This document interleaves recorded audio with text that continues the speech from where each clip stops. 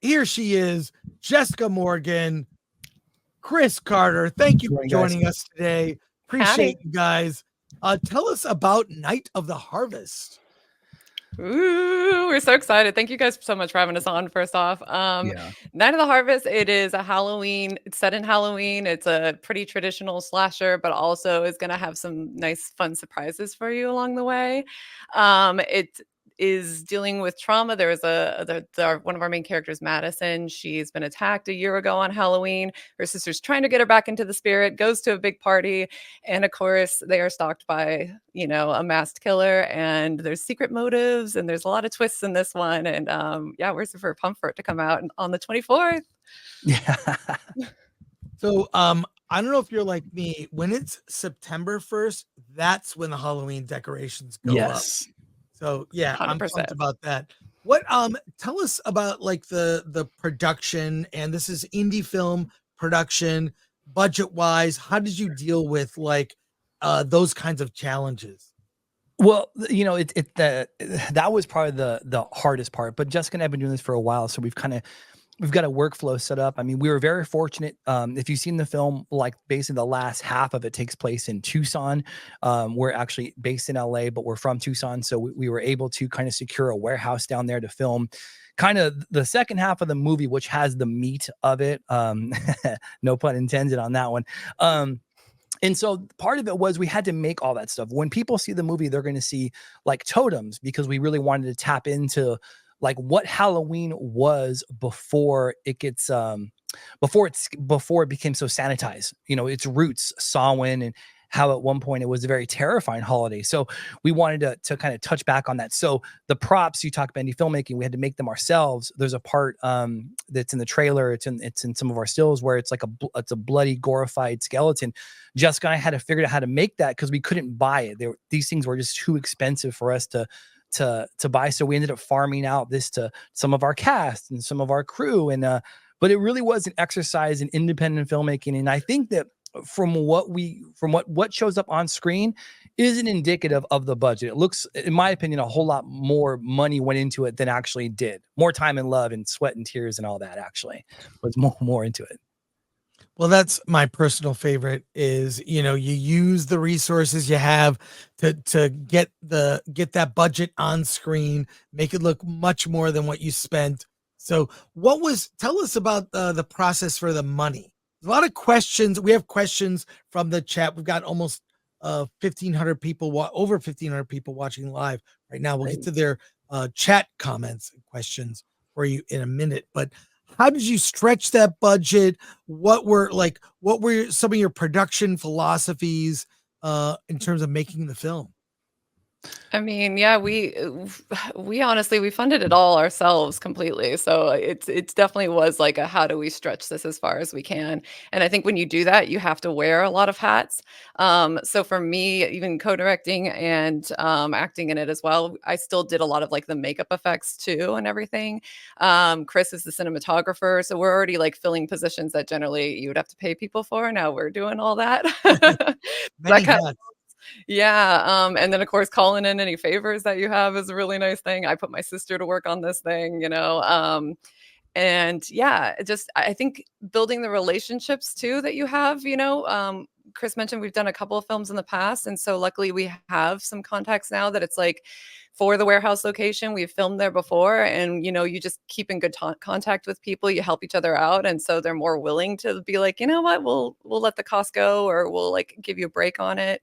It's a lot of, I think, an independent film, you kind of have to get a lot of friends involved and create a family and a group and be like, okay, how do we do this together? I mean, that's part of it too. Like, honestly, having no money is really, you access a different part of your brain. You want to tell a story, the vision you have for it. You probably can't afford it. So how else can you do it? I mean, we rigged up styrofoam dummies. We've used, foam, a lot of cases, just to act like body parts and whatnot. You figure out a way to do these things with cuts and whatnot. And I mean, indie filmmakers, especially horror filmmakers, have been doing it forever, but it really is something that you access once you realize, hey, we can't afford this. How do we make it happen in another way? And then you kind of figure that process out. Let's go to the chat. We have a lot of questions and comments here. Let's go. Solomon Thornton, greetings, Madam Jessica and Sir Chris. What was your approach for doing a horror film? Hi, Solomon. Thank you for your question. Honestly, we've done horror films in the past, but we wanted this one to be much darker. Um, you can tell once you watch it, it starts out very what horror and Halloween is today, very commercialized, costumes, candy, and then it gets deeper. And we did that on purpose. We really wanted to delve into what made Halloween scary, and not fun scary, scary, and the curses that came along with that. So when we wrote this thing, we approached it from that point of view and then worked backwards. And in the process of kind of tackling a horror movie as a whole, we kind of made sure that those two thoughts came together in a nice, happy marriage through our story, which I think we did. I think we did. Yeah, and I mean, even for me, I'm just a huge horror fan in general. I love to see gory things and I love like the slasher genre. So there's just a lot of fun in being like, how can we explore this a little farther ourselves? And what would I do if we could do this? We have like an axe as like kind of our main weapon. And it's like, how many kills can you come up with using an axe? You know what I mean? And it's those fun things that if you're like a horror fan, you like to figure out. And so yeah, approaching a horror film, you're kind of like, how can we have the most fun with this as well? Mhm. Who doesn't love a creative kill? Yeah. More comments here. Sons and Shadows. The more talented Chris Carter. And Kara says, greetings. Did you make practical effects? Oh yeah, I don't think we have anything digital in this at all. So it's all practical effects. It's a lot of balancing how much we're going to show and how much we're not, and going to leave up to the imagination. I think we do show a good amount at times, and then other ones we know that sometimes the imagination can just be a little bit more fun. You know what I mean? So we can still create the vibes and do things, but you do see a good amount here. You're going to see stabbings and cool stuff. We're pretty proud of the effects that we have in this. Yeah, absolutely. Razorburn, question for Chris and Jessica. What were your favorite horror movies growing up? What age did you see your first horror movie? Oh man, I'm gonna date myself. Thanks for the question, Razorburn. Yeah.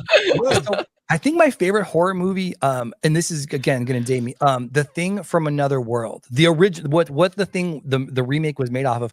I must have been 5 or 6, and it was on our TV. It was black and white, and it just terrified me. It's all the knocking on the doors and the doors and the doors, and then you cut away, and then the creature is behind one of the doors, and you just get lulled into sleep and thinking nothing's going to be there. And I remember my young self running out of the living room, terrified. And we weren't supposed to watch it. My mom was like, "You cannot see this." We ended up seeing it, and yeah, that I swear to God, that probably gave me nightmares for at least a couple of months. And that's my infatuation with sci-fi horror began there. I would say, also my nightmare. Jessica, what about Um, you? Yeah, I think like the earliest film I remember seeing for horror was The Birds. And they always talk about like the scene with the eyes pecked out that just sticks with people, especially if you were young. So for me, like that was terrifying. And then as I got a little bit older, like, it's probably tweens, right? Like then it started to be like, oh, I saw movies like Dead Alive and stuff. And it was like, oh, this can be fun. Like the gross stuff can be so fun. And I think that's kind of where I lean. I like Drag Me to Hell and things like movies that can make fun of themselves while we're like in it a little bit. So I really enjoy those kind of horror movies. Gordon Caledonia says it looks like an homage to Dark Knight of the Scarecrow, 1981. Ooh, I haven't seen Dark Knight of the Scarecrow. we're We gonna have to watch it know. now. Yeah, now it goes on the list. I think the biggest thing for us is we thought that Halloween kind of symbolizes you have these mental images. You've got a cornfield, therefore you got a scarecrow. We wanted to make an uncomfortable scarecrow, like Batman's scarecrow. We wanted to kind of emulate something like that. I don't know if it's an homage to that. If it is, we take that as a compliment. Thank you. And the nerd far away. Hail, Mr. Carter and Ms. Morgan. I'd love to hear your take on the importance of props. They're often an afterthought in films. What do you think? Why do you think that is? Oh man, that's a good question. Yeah, I think you're right. I think everyone's kind of focused maybe on like the gory stuff for horror or like, the story and the acting and things like that. So I think you're right. I think props can get overlooked a lot. For us, we have a ritualistic vibe that this eventually goes towards. And so props were really important. It became, how do we make this feel like we're going to do a ceremony and all these creepy things. So we dug a lot into that, and we had to do a lot of research and, make these, I think Chris mentioned, like totems and stuff, which we then of course had to be careful to not look too Blair Witch vibes, but we were, like trying to do our own thing and do these and stuff. So yeah, for us, props are super important. We had a ton of, I mean, even the axe itself, it's, you have to be like, safety, and sometimes you can't use a real axe, when you're doing these things, but how do you make it still look really good, and those little details are just so important. So we definitely looked at our props a lot, but I think you're right. I think they do get overlooked all the time. Well, and not just that too, but to add to that point, as independent filmmakers, I read somewhere that you take your props and you build outwards. You know what I mean? Like if you have a really cool location, you build outwards. For us, we had to be very aware of what we could do. And so that meant what props either A, could we build, or B, could we afford? But we started with that and then worked outwards, because obviously the props and the set dressing, that really adds an element to your film to make sure it conveys the type of vibe that you want it to convey in that moment. So they are exceptionally important to us. And last question here, which we all want to know, James Woolard, who's a member, thank you for that. Any chance of a UK release in time for Halloween? And it's being released on July September 24th now, right? Like next week. Yeah. Next Yeah. Tuesday. Yeah, Tuesday. So nationwide and in Canada, but unfortunately there's not a UK release in time for Halloween. We're really hoping to get it out there, but I know. Kind of a bummer. Though. Yes, we do want to work towards that for sure. So I'm so sorry it won't be this Halloween, but maybe next Halloween we'll really strive for that. Yeah. Where can people go to get more info? So if you go to nightoftheharvest.com, all the information is there. You've got your pre-order links, which on the 24th, all links will be there to purchase Apple TV, Amazon, Vudu, Fandango. Physical copies will also be available on Walmart.com and BestBuy.com, we've been told. So all of that information and all of that one-stop shopping, we're going to try and make it as easy as we can for people at nightoftheharvest.com. We'll have trailer synopsis, and hopefully as this film comes out, we'll be able to update the site with cast interviews. Once we can spoil what we can spoil, there it is. We'll be able to add a little bit more content on this site just to keep people more engaged. And like, hey, if you haven't seen it, check it out. We also have our merch page, our press, all that stuff. One-stop shopping. We tried to make it. We did. Great. Love it. We'll put the link in the description.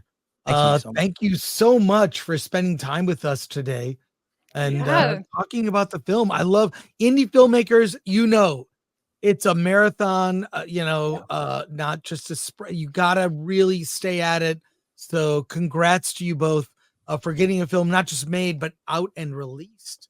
Yeah. Thank you so much. And it's funny, I just have a quick sidebar in the story, and Jessica can. In 2019, we actually were finalists for your Independent Horror Film of the Year award for One Night in October. And when we were at award, we actually went out to the theater. We had a great time.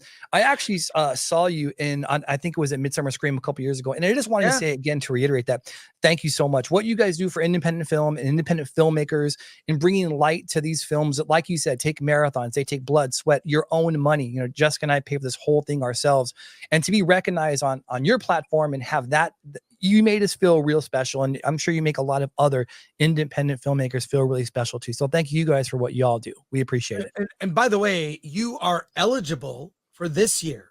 Hey, the release, right? You just hit the deadline. Oh my gosh. The deadline is September 30th. And we have a short list. I can't say anything yet, but all the editors of Film Threat, we have a Google Doc. We keep track of the things that, that are rated well. And so you're on the short list. So we'll see this year. Exciting. That's awesome, man. It was so cool. We appreciate that. Award This is really fun. It was fun. Yeah. It was a blast. It was amazing. It was awesome. It makes you feel so special. Like, you're a little fish in Hollywood, but you guys made us feel like we were the biggest fish in the city. So it's super awesome. So thank you guys for that. And we hope to be back this year, but if not, we'll still appreciate it from afar then. Well, indie filmmakers are the stars at Award This. So we'd like to champion these. Alan, you look like you had to say something. Yeah, I'm trying to figure out which film would it. One Night in October. Yeah, another spooky Halloweenish one. Well, but basically the purpose of Award This is to highlight movies that don't get recognition. So it's kind of a list of it ends up being about 75 different films. Hmm. That's like, I feel like that's a playlist. Yeah. Winner or not, a nominee is the cream of the crop of all the movies we see in a given year. So I mean, it definitely, we started watching all the films that were, you know what I mean, that it brought awareness to us. So we went home and we're like, let's watch, I think, Satanic Panic and all those other ones that were on there, and they were excellent. You know what I mean? Like, yeah. Well, the nominees will be announced, I think, the first or second week of October. So stay tuned. We will. Awesome. Yeah. Cool. Thank you, guys. Congratulations. Thank you so much. Go to nightoftheharvest.com to get info on where to see the movie. Chris, Jessica, thank you so much. Thank you. Thank you guys so Thank much. you. Have a great weekend. You too.